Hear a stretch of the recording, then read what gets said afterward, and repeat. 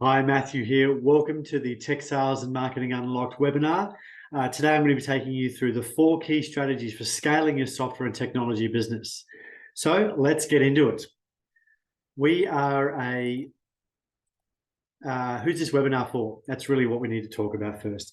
It's for heads of software and technology companies who need to cut through the noise, must generate new leads and close sales. So we'll be talking about the 4 critical impact areas. At the end of the webinar, I'm going to be giving you 2 bonuses to be able to identify those, how you rank with those critical areas and how you can improve them. So let's talk about them. First of all, your target market. Most get it wrong because they're talking about company size. They're only talking about company size. They only talk about industry. So I want to talk about this in more depth. Your circle of influence. Best known always beats best. There's a number of my customers over the time who have lamented, who have complained, and said their customers, their potential leads, have bought from somebody else. They've bought from somebody else and it's been more expensive and it's been less good. And it's really important for you to understand that the reason that they were purchased, not from you, but from them, because that other company was better known. And so therefore we need to get you known by your target market. We need to grow your database. We need to communicate with them. And how you're going to communicate with them is spot number 3, which is your relationship. You need to be relevant, regular, and relatable. So what you're going to send out is relevant to the customer. It needs to be specific to the customer. It needs to be regular. You need to communicate with them regularly. If you do it once every 6 months, not enough. They're going to forget about you. And third, it's got to be relatable. It's got to be clear that you're one of them and you're helping them solve their problems. And the fourth thing there is your offer. Are you asking them to buy? A lot of my customers they're building great content, they're doing nice videos, they're doing all the right things, but they never actually ask the people to buy. You think about, you go to a store, you go to any retail outlet, and they're always having a sale. The reason having a sale is to create an energy where you need to buy. So let's carry on. Let's get into it. So who am I? My name is Matthew Whyatt. I started my first tech business when I was 22. We grew that business in the first 4 years to be doing more than $10 million a year in revenue. And since then, I've started and run technology businesses, custom software development. We've broadened ourselves into a whole range of areas. I've always loved technology. 9 years ago now, I actually sold my my interest in those businesses, and I took a year off. Came back after about 10 months because I just the draw of business was too interesting, and I went ahead and started a consulting business. And so over that the last couple of years, I've been helping other software and technology businesses scale their operations. They're not their operations, they're sales and marketing operations. Really specifically, I only work with software and technology businesses. Now, in my normal webinars, I like to ask what you sell, but I'd like you to think about it. What do you sell? What's your industry and function? And this might start you thinking about where are you maybe getting it wrong because you're targeting in the wrong way. So here's what some of our customers are saying. You've got the on the left and the far right, you've got Varkeeson and Judd. Both of these people went through my course. So I've actually developed an online course for people who don't necessarily want to engage with me as a one-on-one consultant, but they also still want to get the insights and the value there. So we do a course over the course of 8 weeks. And that whole idea of that course is double your sales in 90 days. So it's about getting you the tools, building you the structure, and getting you that money in the door. Now, the 2 in the middle there, and specifically I'll talk about Jackie, what we did is we helped her build some structure around her sales process. She was speaking to a lot of people, certainly overseas, getting up at 2 a.m. and making these sales calls, and she hadn't qualified the person. Because everything in your business, once you've solved the product and the delivery mechanism, it's now time to put your foot down on client acquisition.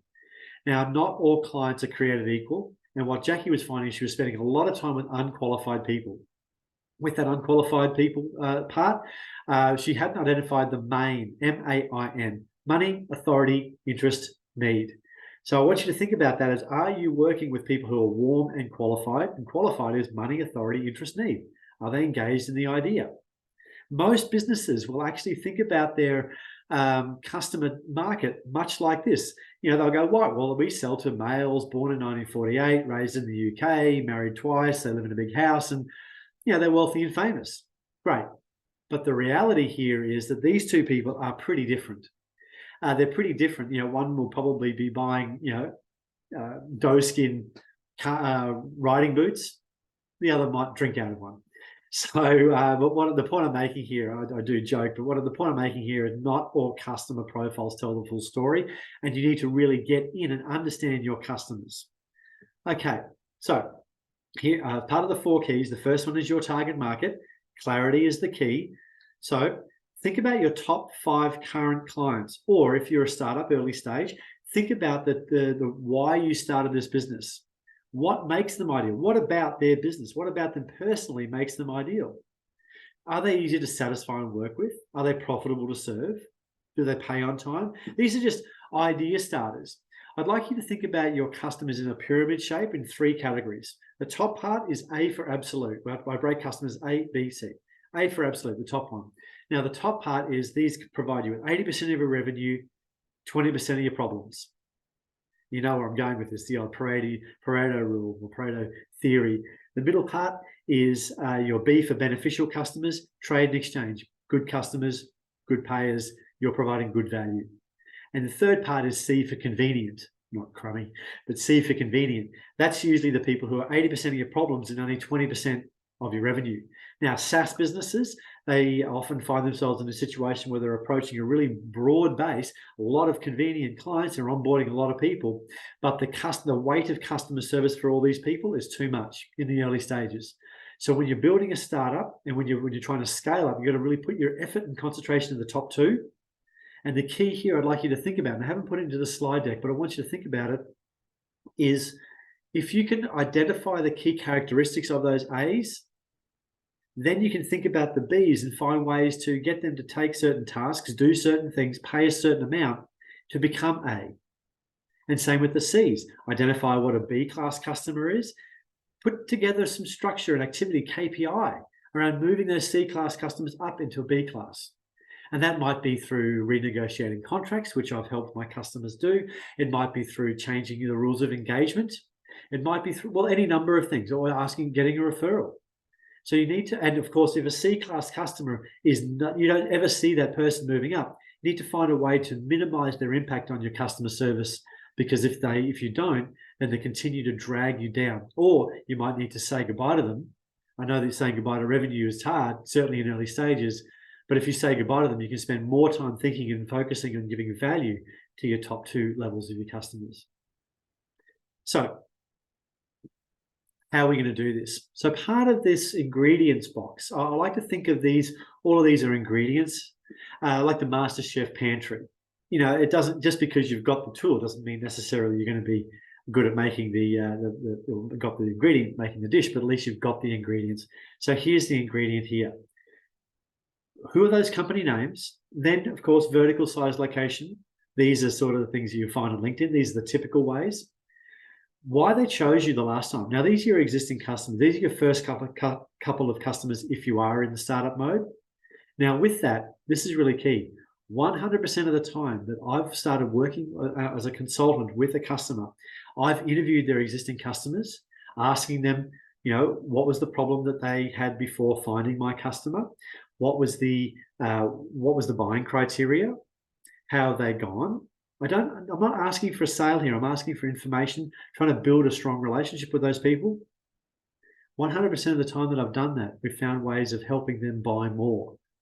Now, here's what I did then. I talked about helping them buy more. They will often come forward. This is not a sales activity. This is a service activity that does often, and 100% of the time, turn into a sales result. The event that triggered the need. Why did they buy from you? Well, you know, was it the new CIO came on board, a CTO they needed, or they had an accident at a site, or there was a particular challenge, industry change legislation, a new competitor, an old competitor exited, a new competitor entered. We need to think about that and write that down. Why did they buy from you? Who did you beat? Now, your competitors. Now, I don't like talking about competitors. I want to build out an opportunity where you can stand apart from your competitors. But obviously you need to work out where you do compete well, where you don't compete well, and where you stand apart, and identify those areas. Saying you have no competitors is a silly thing. Everybody's got some type of competition, and you need to be able to think about that. Now, also from a long way away, you look probably very similar to your competitors. So you need to create the differentiation. I'll talk about that in a moment. And now, where are you vulnerable? Genuinely have a think about your top 10 customers, the people you really love working with. Where are you vulnerable?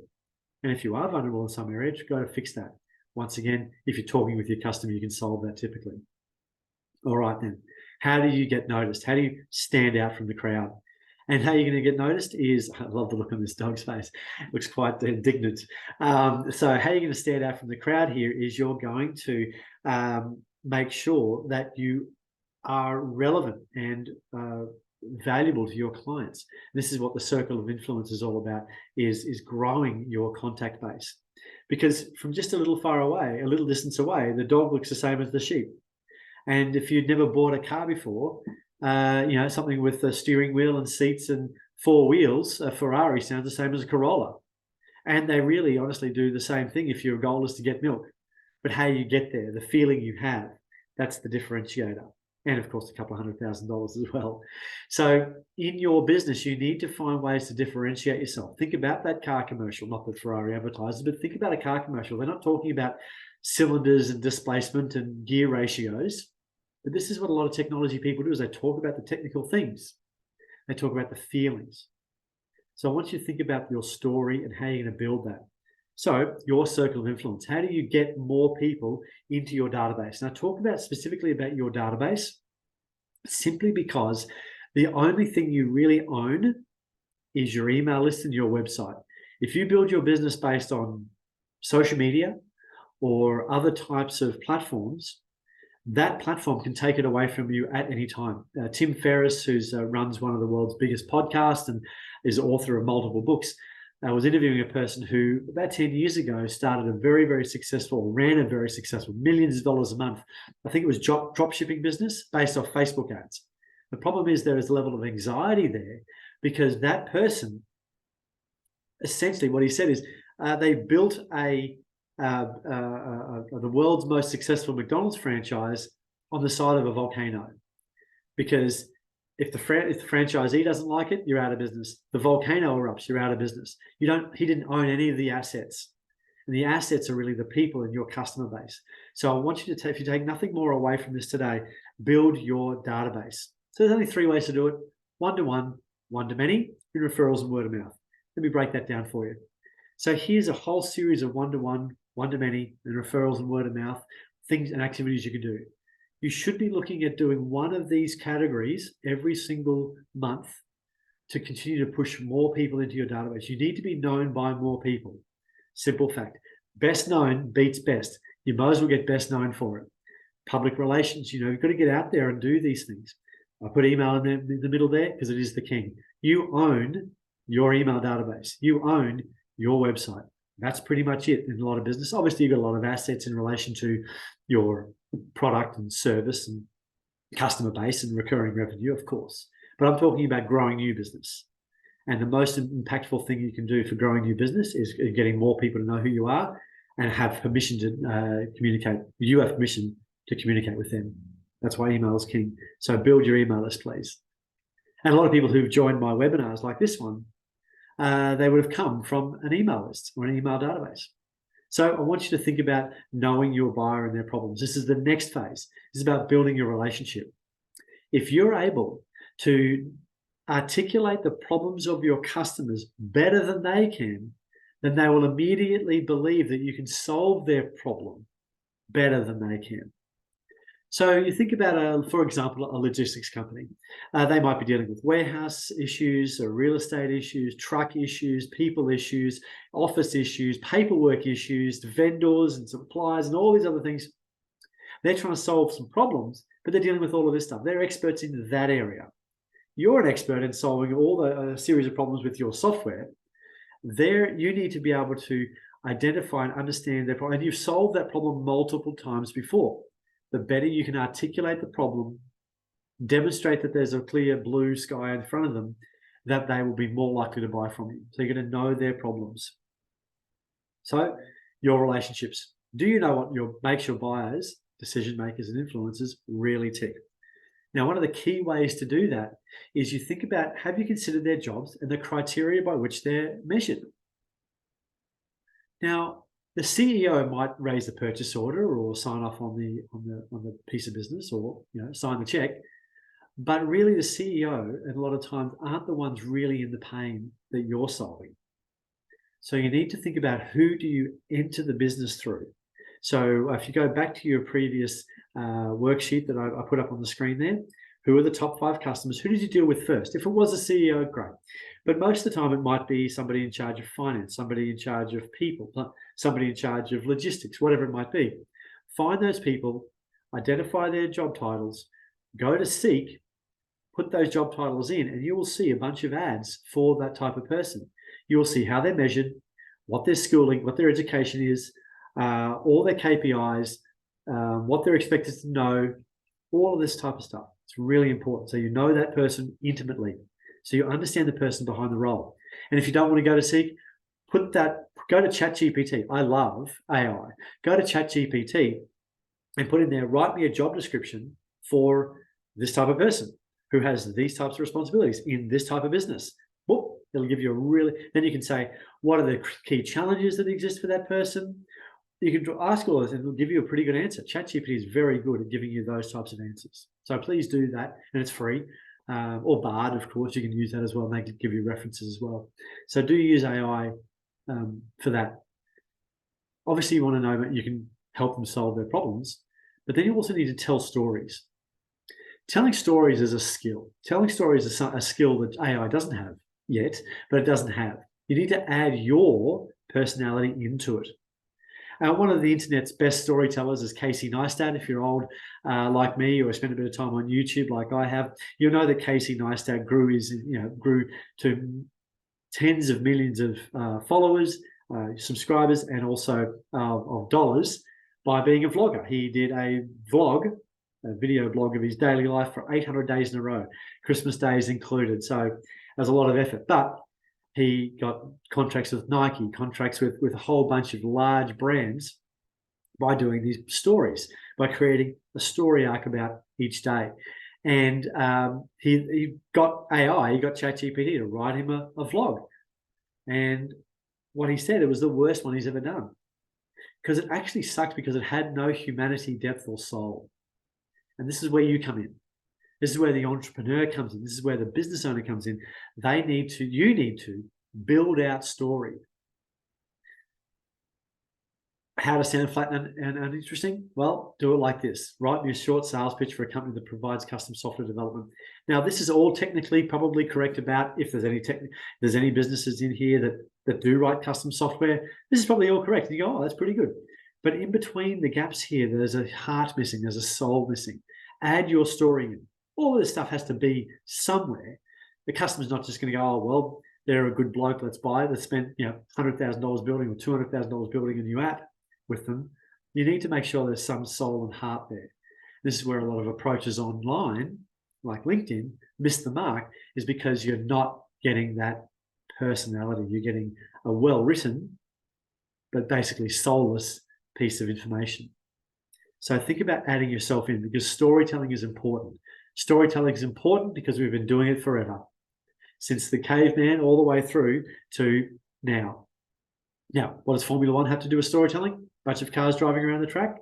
Well, in 2018, Formula One, Netflix said, oh, I want to do a story about Formula One, and they called it Drive to Survive. But they were blocked by the power brokers. They went, no, we're not interested in having a film crew follow us around. We've got some secrets and we're more important. So they had no access to Mercedes or Ferrari at all. Basically, the front line of Formula One, not interested. But what's interesting is the TV series caught fire. They got excited because they were able to tell the story of the B players, of Charles Leclerc. And so what happened is, in 2022, Formula One's first race of the season was ESPN's most viewed since 1995. Think about how many more entertainment options humans have since 1995 to 2023. A lot. There is 1,000 more channels. There's YouTube. There's all of it, the most viewed. The chief executive, McLaren, says it's the single most important impact for Formula One in North America. Cars didn't get better. People didn't get, they didn't do anything different. I just told the story. So this is what, hopefully I made the point. Tell your story. Where are you? Where do you want to go? So here's a worksheet. Industry problems you saw. How did you get here? Let's build your story. Have your client understand your why. If you want to understand why, there's a video by Simon Sinek called Understand Your Why, done about 15, 20 years ago. Uses reasonably relevant, thank goodness, examples like Apple. But so industry problems you saw. What was the problem? How they solved it. How they fell short. The process they went through and the roadblocks along the way. So how did you get there? And then work through those and build this. These are your ingredients. You can find problems. So for me, the industry problems I saw as I was building great sales teams. Well, first of all, the industry problem I saw is software and technology people are usually somewhat allergic to sales and marketing because they think it's sort of icky and sleazy, but they know they need to do it, and so they do it badly. They think that they need to sell technology. They think they need to sell feeds and speeds. How they've been solving it is they've been doing product demos, they've been offering free trials, they've been doing all these things that actually don't really engage the customer, and you become an also-ran. You become just part of their options, and then it becomes a price issue.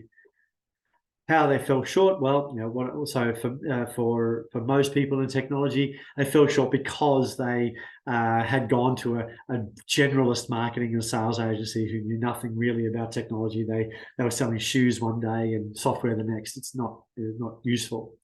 The process they went through, typically people have tried and failed. They've read a book, they've done something online. Everybody's got a different opinion. You've got to put YouTube shorts up, or you've got to do Facebook this or whatever that, and Pixel the other ones.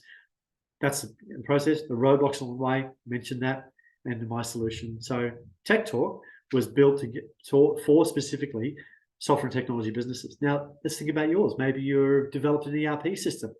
The industry problems you saw is that mainstream ERP systems make the business change the way that they operate to fit the software, whereas your software is completely flexible. How they were solved, and then you go through those things. So think about that. This is, once again, our set of ingredients. Now, the third set of ingredients I want you to think about is the questions that keep your persona awake at night. How will I, so for example, we've got CIO, 3 questions that keep them awake at night. How will I ensure releases are on time? How do I keep costs down? How do I show initiative in my job? And so what they think, oh, well, how am I going to solve that now? Is I'm going to do it through hiring people in-house. I'm going to do it myself. We're going to build it ourselves, build more spreadsheets, create some code, create redundancy in people, more people, that type of thing. Well, more people might actually just ensure it's harder to actually deliver these things on time. So if we go from left to right, how do I ensure releases on time? I'm going to build an in-house system and more people. Well, it might be harder. More hands on the pump might not necessarily mean more water. Everybody might start falling over each other, create project management issues, and then somebody's going to manage those project managers. And then how we solve it is through automation, process, and control. I'm just saying this, fill this out. Imagine it's blank. Just keep, what 3 questions keep them awake at night? Drawbacks of that choice, and how do you solve the problem without drawbacks?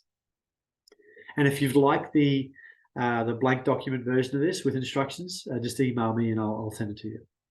Okay. The other thing that people do badly, and I'm trying to help you out here, is deploy the wrong tool at the wrong time. As I mentioned earlier in the conversation, where people will often do product demos.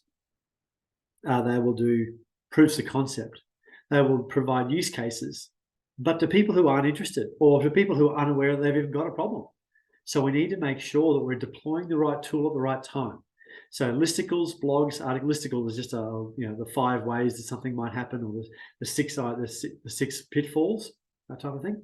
So that's a listicle, list article. Blog posts, videos, and infographics. That's early stage. People can engage with it, but not actually give any information. The second part is you want people to engage with it, understand the problem, and now they're going to get something valuable. So they get ebooks and white papers and review and podcasts. And podcast might also sit in the top one as well. And free and valuable guides. And at the end of this webinar, I'm going to give you access to one of our really valuable guides that'll help you identify the 4 key areas inside your business and get some custom recommendations. Use cases and product brochures. Imagine trying to give a product brochure to somebody who's unaware they've even got a problem. So many people do it. So please think about that. Then, of course, as you keep going down, you've got different content for different parts of the sales process. Now, after they've bought, their sales haven't stopped. You need to get your customers to refer you. So extra functions, customer-only events, more value.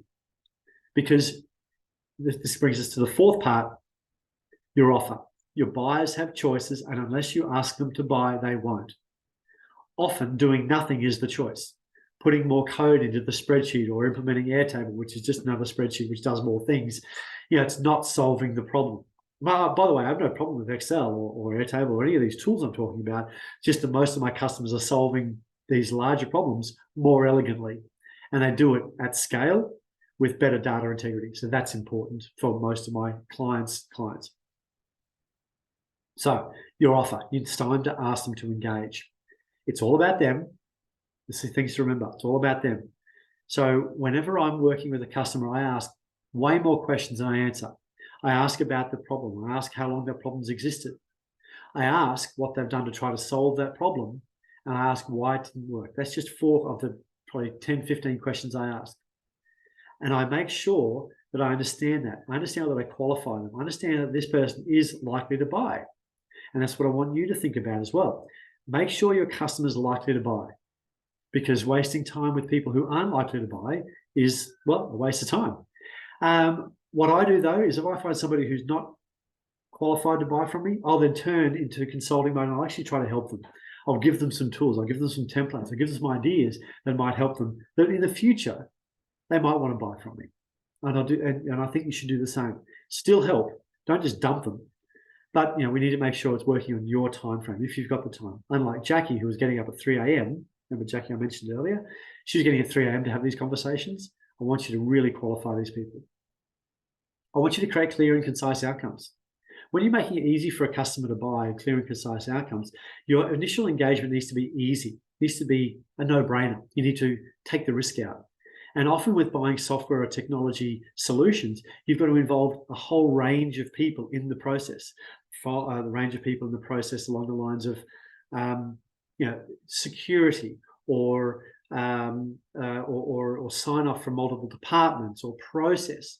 So what I recommend a lot of people do is they go in and do a little piece of consulting first, which is paid for, puts a shot across the bow of procurement, make sure the customer's serious.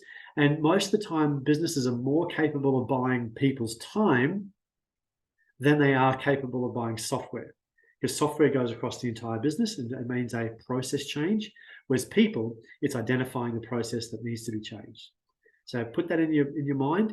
Think about how you can front load a sales conversation, because unless you're a really like a Canva or a Jira or a Trello type of product, it's really obvious what you need to do. Get in there, do a thing, great, sign up.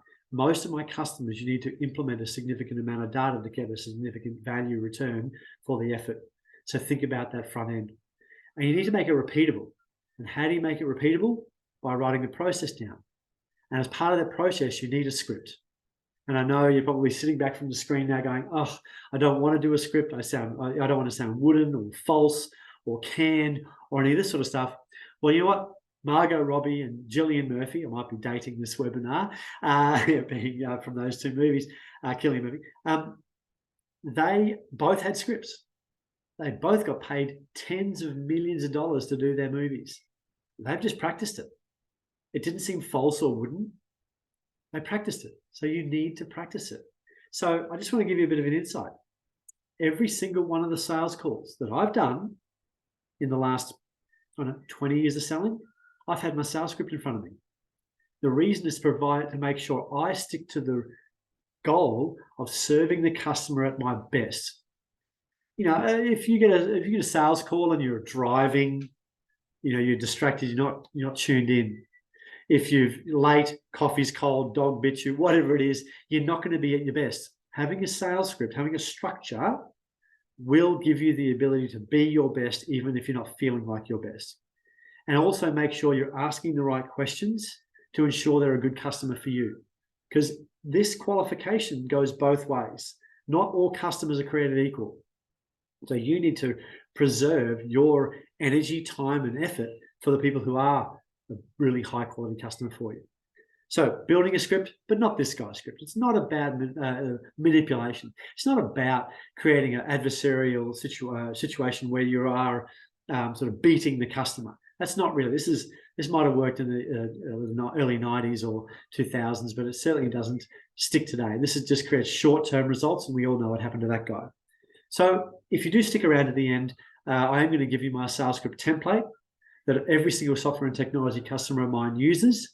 It's a structure. It's not a word for word, it's a structure. You need to practice it. But in doing that, we'll give you those tools. Now, I'll show you how to grab that in a second. And how you grab that is by jumping in and doing the online assessment that'll help you identify in the 4 key areas where you're doing well, where you need some work, and then what to do about those areas you need some work in to get a better result. So let's go ahead and review the 4 key areas. So the 4 key areas are, first of all, your target market. Know your customer. Second area is circle of influence. Obscurity is the enemy. If they don't know about you, they can't buy from you. The third part is your relationship. You need to be liked and trusted. You need to be known, liked, and trusted. And so building strong relationships will actually help your prospects buy from you. And of course, your offer. You've got to ask them to do something. You've got to ask them to buy. And there's a process for that. Well, look, ladies and gentlemen, thank you very much for being part of this webinar. Hopefully, I've taught you something about sales and marketing, how the integration of sales and marketing, the 4 key areas to look at. I've used some of my templates that I use in my consulting practice. Please use those, review this webinar. Now, if you want to find out how you score against each one of those 4 areas, I want you to have a look at scorecard.techtalk.co. This is based on 25 years of growing successful companies. You put these about 18 questions, you put your answers in there, and that will give you a detailed report of where you're going well, where you need to look at and improve, and what exactly to do about it. Ladies and gentlemen, as I said, thank you very much for being part of it. And also, if you grab that scorecard and you go through that process, I'll also, as a bonus, send you my sales script. Now, as a final bonus, if you watch this video, you think you'd like to work with me one-on-one, I'm more than happy to have that conversation as well. Let's have a conversation. Let's discover your path of least resistance. And what I call is a focus finder workshop. We just get in, we go through your results from your assessment. I then identify areas, I talk about your business, we go, okay, let's do this, this, this, and this, and this. And I'm going to give you some more templates and campaigns that are really successful out there. All right. Thank you very much for attending. All the best. Bye for now.